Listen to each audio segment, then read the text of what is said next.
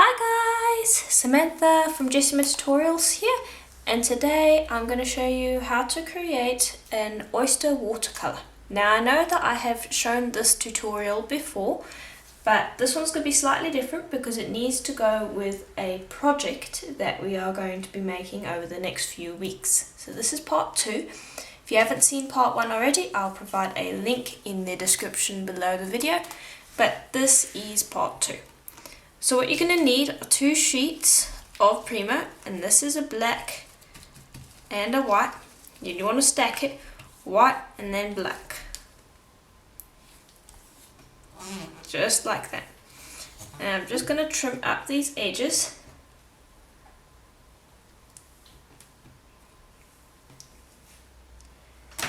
Okay, and now this is going to be a little different from the previous watercolor. Because I think in the previous one that I made, I used pearl white on top. We're not going to be doing that this time around.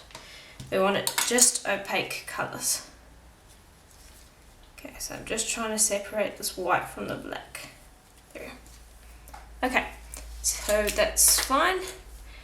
Now I want to run this through my pasta machine on my thickest setting. Like that. And then I'm going to roll it through my middle setting. Okay, then you're going to need another sheet of white, and this is going to be rolled out on my middle setting too. And I'm just going to get it to the right size so it fits this. Okay, then I'll just pop that down on one end, and then I can stretch it to get it to fit across the entire sheet. Oops. There we go. And then I'll smooth to get rid of air bubbles. Okay, so that's simple enough.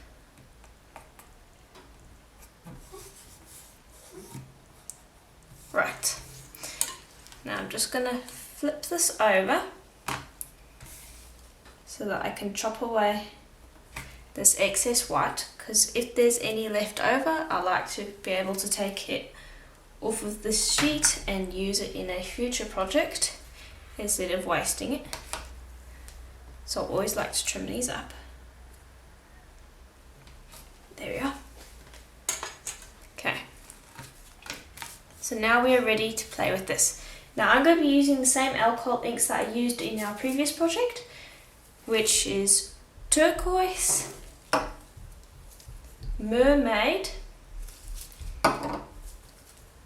pool, and sailboat blue. Okay, and I'm going to also bring over a block of wood with a piece of felt over the top of it, and this was used in my previous project as well, so it's got these colours of inks on it, so I don't have to swap the piece of felt.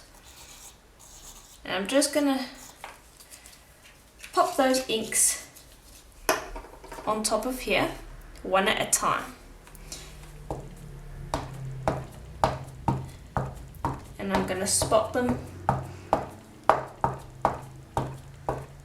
around, just like that. And if I need to, I'll add some more ink.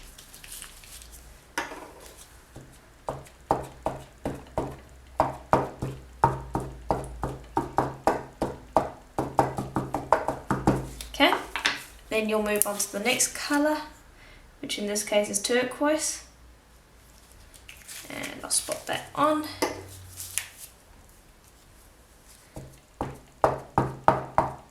And then apply that to the surface.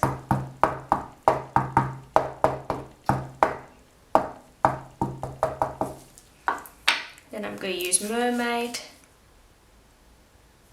Just adding a few drops.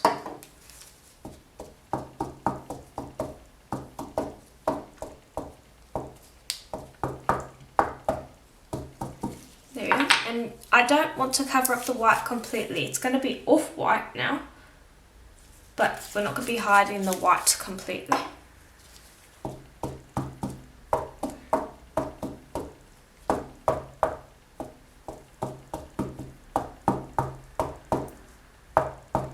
Okay, and there we are. I am happy with that. So I'll just pop those alcohol inks off to the side.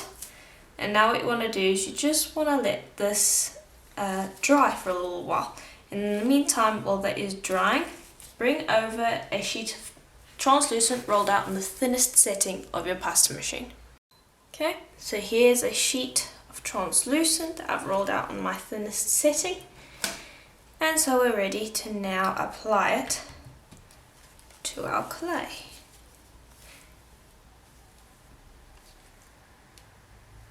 Okay, this is a delicate process.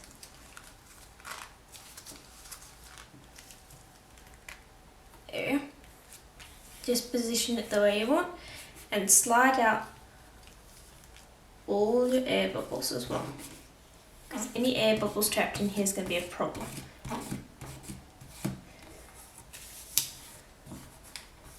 Okay, I'm being quite forceful to squeeze out these bubbles, and you can generally feel them.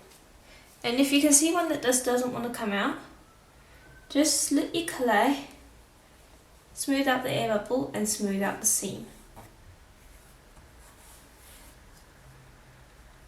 Okay, and then I'm just going to trim up around here and get rid of that extra translucent. And we're going to roll this through our thickest setting on the pasta machine, which is going to thin out our translucent even further. We want to thin this out quite a bit more.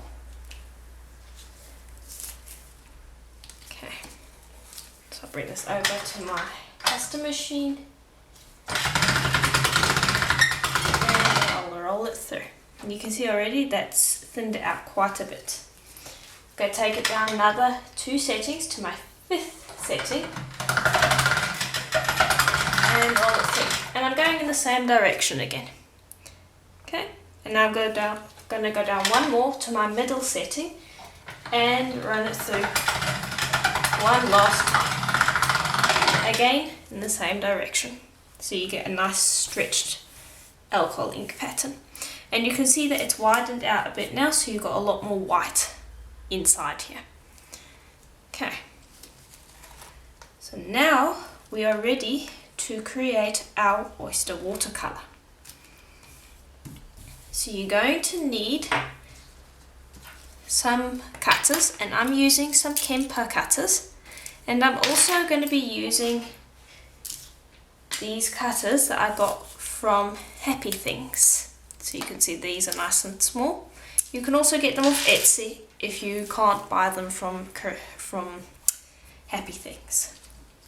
And I'll provide a link to those for you guys to check out in the links below. Okay, so let me just move this down so that there's enough space for me to work and show you what I'm doing at the same time. So I'm going to start with my largest cutter, and I'm just going to start cutting out these pieces.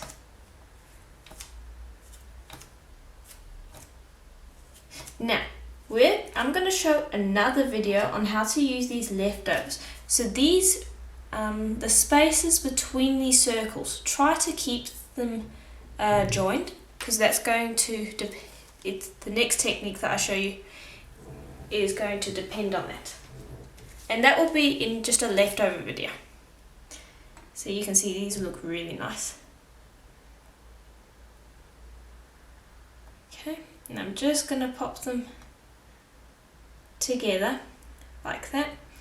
And if you've already watched my watercolor video, you'll know that I pop these all together just like this, and then I bring over a smaller cutter and I cut out some more from that stack that we had, or from that sheet that we had, and I place it on top of these circles, and so on until I can't fit any more on, and then we flatten it out.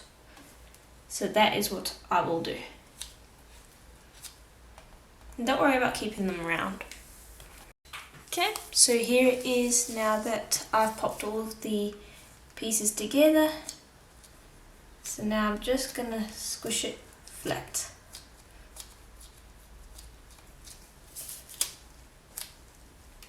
Now because we've thinned down that black so much, it's not really going to appear black for the most part. It's going to appear more on the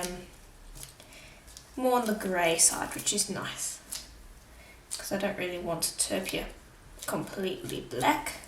So thinned it down so that it's almost kind of blended with the white underneath it. There we are.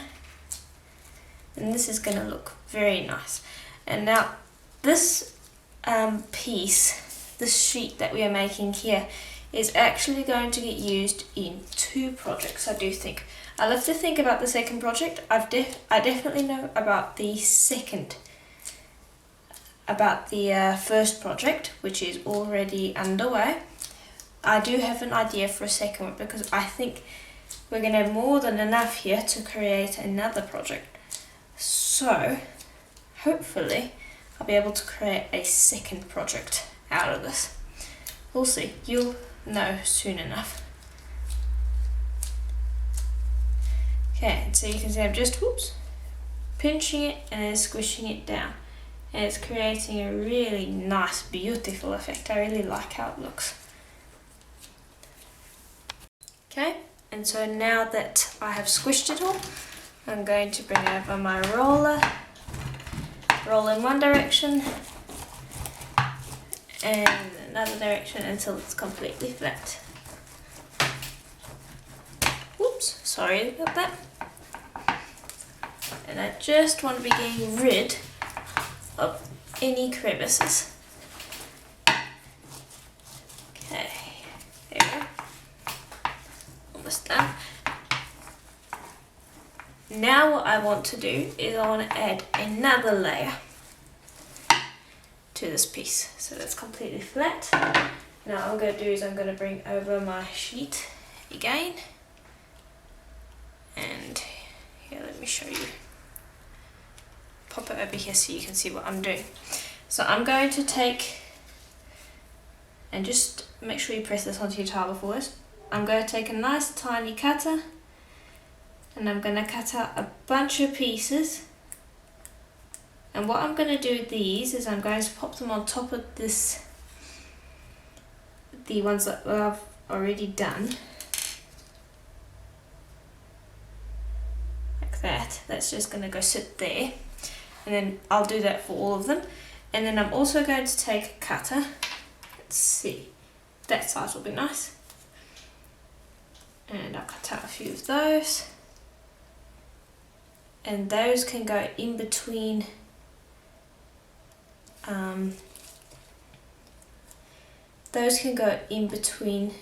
the pieces that I've already made. And then I'll stack some smaller circles on top of these. Now I'm going to try and vary this so that it gives it a more natural sort of look. Or I might just fill in all of these gaps. We'll see. I'll show you before I flatten it out. Okay, so here it is now that I have popped everything that I want on. And actually, I think I missed a little bit over here. There we go. Okay, now everything's okay. So now I'm just going to squish down these other little bits, just like we did previously, until my entire sheet is flat. Okay, now we'll flatten it out, and this will be our sheet that we're going to use. And I'm quite happy with how that looks. I'm just making sure that I flatten it out. And the nice thing is, because that alcohol ink's got stretched quite a bit, it means that this is quite light still, which is exactly what I want. Okay, so let me just quickly pick that up. And I'm going to run this through my thickest setting. Just quickly going to stretch it a little bit, and I'll run it through my thickest setting, just to even it out. And that is what it looks like. So I'm quite happy with how that looks. It's going to match quite nicely with the sheets that I have in mind. So let me just clean up this tile where we have little bits of clay left. Okay, so that is going to go with that and that. And now remember, we've got bits of translucent on this, so it's going to get a bit darker later on. So that's our sheets for our project made, and so I'll pop those off to the side, and that will be the next part in our tutorial. Now another thing that I had in mind was putting it with a mica shift version of this. So I'll show a tutorial how to make this in a little while after the first project, and I'll show you guys how to make that. So I do hope that that tutorial was helpful to you. If it was, please do let me know. That is always helpful to me. And remember to keep the leftovers from this project. So here are some of those leftovers that you can see. Remember to keep those. I'm going to show very soon how to use those and create a really cool veneer with those. So I'll see you in the next tutorial, which will be next week.